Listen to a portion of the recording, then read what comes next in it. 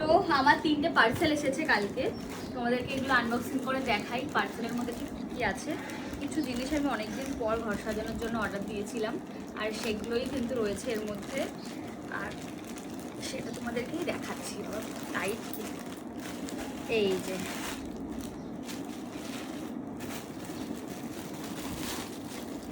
যে দেখতে পাচ্ছ কি এগুলো? পাখির বাসার মধ্যে 3টে ইসে মোবাইল রাখার জন্য, এটা গাছ রাখার জন্য জানলায় ঝোলাবো। আর এর মধ্যে সে মানি প্ল্যান্ট গুলো হয় না, একটা কিছুর মধ্যে দিয়ে মানি প্ল্যান্ট গুলো ঢুকিয়ে দিয়ে, হ্যাঁ মানে কিছুর মধ্যে দিয়ে ঢুকিয়ে দেবো।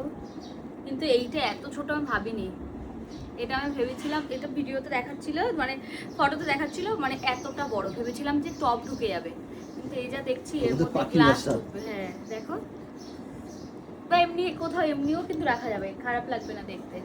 তো এই যে 3খানা অর্ডার দিয়েছিলাম, অবশ্য দামটাও তো অল্প, এটা মনে হয় 127 টাকা না 21 টাকা 3টে।